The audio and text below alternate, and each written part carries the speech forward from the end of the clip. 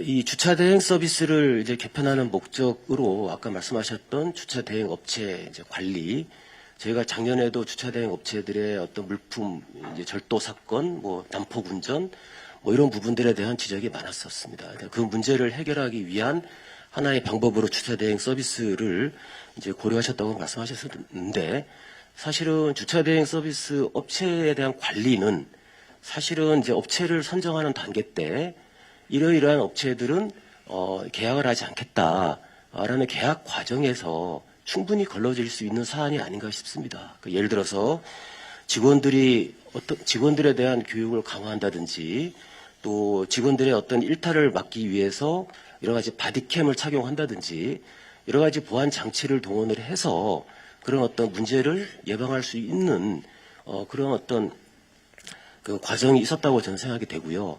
그리고 아까 이제 주차장 문제도 사실은 아까 단기 주차장이 1832면이 아마 우리 터미널 1에 아마 설치되어 있습니다. 근데 이제 주차 대행 서비스 하루 평균 수요가 1000대, 1200대 정도로 저희가 알고 있습니다. 그렇다면은 이게 현재 이제 회송하는 차량들의 동선이라든지, 또 보관하는 차량들의 장소라든지, 기존에 운영하던 주차장 우리 관리를 최대한 효율화해서 어떻게 하면 현재 상태에서 크게 벗어나지 않는 범위 내에서 서비스를 할 수 있을지에 대한, 제가 말씀드렸던 거는 추가 어떤 대안에 대한 검토를 충분히 하고, 어떤 아까 말씀하셨던 제도 개편안을 추진하셨냐에 대한 문제, 그리고 두 번째는 이게 이런 어떤 정책 변화로 인해서 영향을 받는 우리 항공교통 이용자들이라든지 이런 분들의 의견 수렴 과정은 충분히 거쳤는지에 대한 어떤 이제 질문을 드리고 싶습니다. 저희 실무자들이 이게 하루아침에 갑자기 만드는 것이 아니고, 수도 없이 많은,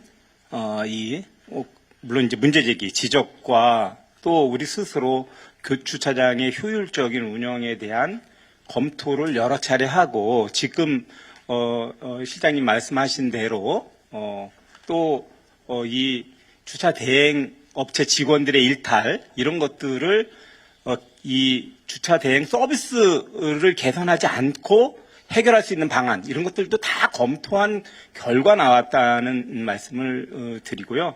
또 여기에 또 중요한 문제 중에 하나가 기존 업체가 새로 변경되는 과정에서 고용 승계 문제까지도 있었습니다. 고용 승계 굉장히 중요한 문제이고, 지난번에 방역 소득 업체 변경에 있어서도 고용 승계 문제가 많이 나와서 실제로 이렇게 프리미엄 서비스를 함으로 인해서 여객들에게 여러 가지 주차장 면적이 늘어난다든지 서비스가 개선된다든지 그런 문제도 있지만, 고용 승계까지 해결될 수 있는 방안으로 했다는 말씀을 드리고요. 여기서 뭐 이 문제 하나만 가지고 계속 떠들 수는 없으니까, 아까 말씀하신 대로 저희 직원들은 정말 굉장히 많은 연구 끝에 만들어낸 안인데, 이것에 대해서 문제점이 있으면 저는 시행해 가면서 문제를 또 있으면 보완해 갔으면 했다는 그런 바람을 말씀을 드리고, 기왕 이것이 이제 스톱돼서 특정감사가 진행되고 있는데, 아까 제가 말씀드린 대로 빨리 이 감사 끝내고, 별거 아니지 않습니까, 이 문제가. 그러니까, 그리고 그 주차 문제가 빨리 잠깐만요. 얘기가 너무 길어서 제가 중간에 빼서 죄송한데요. 다 했습니다. 예, 사장님, 저는 이제 이런 게 있습니다. 이거 죄송하지만, 나는 이 문제에 대해서 이러이러한 견해를 가지고 있어. A 의견, B 의견, 이럴 수는 있습니다. A 견해와 B 견해, 시기가 다를 수 있죠. 근데 기본적인 태도. 우리가 결정한 것은 이 분야의 최고의 전문가들이 모여서 결정한 거야. 이렇게 얘기를 시작하게 되면, 너 뭐 알아? 너 뭐 알아? 인천공항공사는 말이야, 전문가들이 모여 있는 것이야.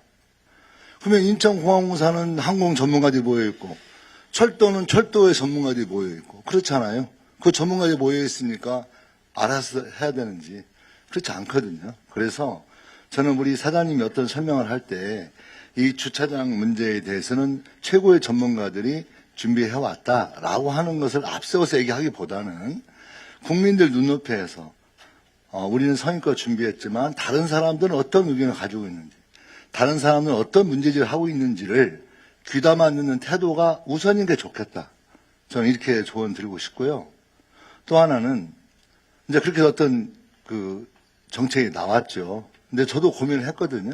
이거 어떻게 시험하면서 하는 게 좋을지, 아니면 아직 시작이 제대로 안 돼 있으니 바로 언론서도 문제를 제기하고 문제를 파악해야 되는데, 이걸 제가 빠르게 이 문제를 우리 한국시장에서 지시해서 업무를 빠르게 파악하는 게 여의치 않은 조건에서, 그렇다면 아직 시작하지 않았으니 아주 국민들은 기존 방식에 익숙한 거니 그대로 가면서 이거 한번 잘 따져본 다음에 바꾸는 게 좋겠다. 저는 그런 판단이 있을 수 있다고 생각합니다. 그래서 언제나 사고의 중심은 국민의 눈높이예요. 국민들에게 편리가, 또 국민들에게 어떤 이익이 어떤 영향을 주겠느냐. 이 일을 하는 공무원들, 이 일을 하는 직원들이 나 불편해. 내가 이거 최고의 정부들 모여서 한 건데 해보기도 전에 감사하고 뭐 이런 거 있잖아요.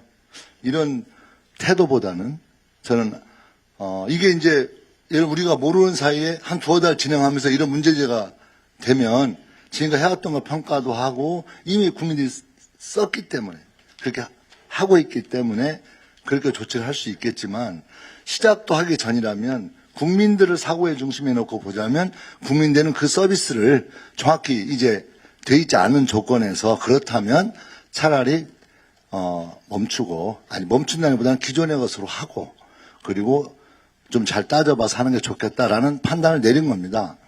그래서 사장님께서 그 두 가지 큰 틀에서의 판단에 대해서 존중이 되었으면 좋겠고요.